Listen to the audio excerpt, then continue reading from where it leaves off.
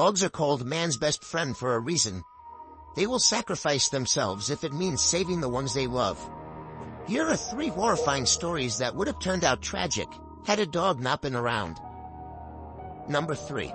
I had to watch after my sister when my parents were out one night. I wouldn't be out anyway though. I was busy playing the current hit game that had just come out at the time. My dog Sheriff was laying next to me when he lifted his head up and his ears twitched. You know, that thing that dogs do when they hear something? I paused the game to see if I could hear what he was listening for. I didn't hear anything and lost interest, assuming it was someone walking their dog outside or something. Sheriff jumped off the bed and ran out the half-open door to the bedroom. He was barking, going crazy at something. I didn't care to follow him. I simply yelled at him to shut up. But eventually, his normal annoying barking suddenly turned crazed and defensive, as if he were confronting something or someone. That's when I got suspicious and ran to go see what it was.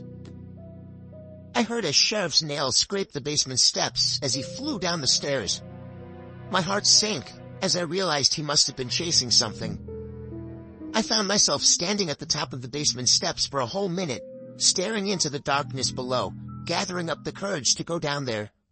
I finally did, turning the light on the way down. Sheriff was standing by the door to the laundry room. I didn't even dream of opening that door. I trusted in him enough to believe that someone was in there. I struggled, but eventually picked him up and ran with him all the way back upstairs. As I was about to shut the light, I heard the sound of the laundry room door creaking open. At that instant, I slammed the basement door shut and locked it. I listened for a few moments with my ear against the door, and I could hear, barely over the sound of Sheriff barking, the sound of the steps squeaking. I dove for the phone and called the police. When they arrived, they caught him trying to bust out through the basement window. Me and my sister watched as the officers walked him out to the car, and I'll never forget the dreadful stare the man gave me as he was forced into the back seat of the police car. But I'll also never forget how grateful I was to have Sheriff with me that night. Number 2. I used to have a Beagle Pointer mix before she passed away at the age of 11. Her name was Mandy, and she was the sweetest and most loyal dog a person could ask for. She would never harm a fly, but she did have a big, troublemaking mouth. So the story goes, I was 15 years old, getting ready for sleep one night like any other night. Mandy slept in my room, and when I walked into my room, finally ready to crash in bed, I was greeted to Mandy growling. She wasn't looking at anything in particular. I playfully asked her what was wrong, and she just made an annoyed doggy sound before putting her head down. I found it funny.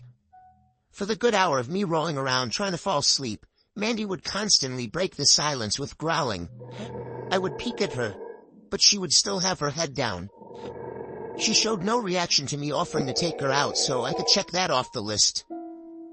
It quickly went from cute and funny to just annoying, but I eventually fell asleep. I woke up to see that it was 2 a.m. and Mandy was growling. I tried to adjust my eyes in the dark, and I could eventually see Mandy standing in the middle of the room. She was looking up at my closet door. I felt my heart begin to race.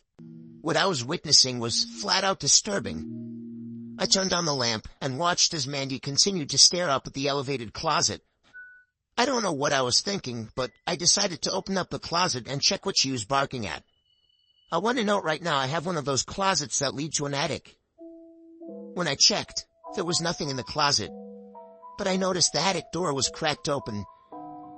You can imagine the fear in my body as I ran to my parents' room to get my dad. He didn't seem to take me too seriously until he got to my room and saw Mandy growling and looking up at my closet. My dad is a big guy, so he went in there without a weapon. I sat there, worried for what was to come next. What came next was my dad screaming at the top of his lungs at somebody. I heard boxes fall over and glass shatter as my dad moaned in apparent pain. Somebody was rushing out of the closet. I hoped it was my dad. But instead, some 6'5" man with a hammer in his hand jumped out from the closet and passed me. What happened next still surprises everyone.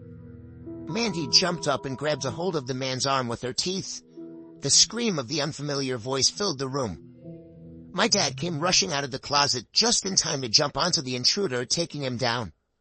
He sent my mom to fetch my little brother's prop handcuffs. My dad held him down while I handcuffed him. Thankfully, he was sent to jail. I don't know what his intentions were, but obviously if he had a hammer with him, he probably wasn't just planning on robbing us. If we didn't have Mandy at that time, I could only imagine what would have happened to our family. Number 1. I was only 11 years old, and my brother was only 8. We were walking our dog Buster around the block in the dark. Buster was a husky German Shepherd mix. Upon turning the corner to the other side of the block, we ran into a tall man who greeted us with a smile. He stopped in his tracks and seemed to expect us to as well. It seemed he was trying to start a conversation, but we just kept walking past. My brother kept looking back, telling me that the man was following us. He was right. Each time I turned around, the man was the same distance from us, but he would stop looking whenever we looked. I motioned to my brother to walk faster. The faster we started to walk, it seemed the closer he got to us. We were approaching our house, but my heart stopped when I heard the muffled scream of my brother as he was grabbed and pulled away. Buster started barking like a rabid dog, and I shit you not, pulled the leash out of my hands and sunk his teeth into the man's leg. I could see the blood dripping down his leg as the screams caught the attention of the people inside their houses. Our neighbor came outside, and we explained everything while pointing at the man. The man began hopping away. I had to put the leash back on Buster to keep him from chasing him. My neighbor called the cops. She was a tiny little woman. She couldn't do anything to that guy even if she tried. She then walked to our door and told our parents what happened. Police came to question us and the neighbor. They caught the man limping down a sidewalk a few blocks over shortly after. One of the cops told us our dog was a hero, but we already knew that.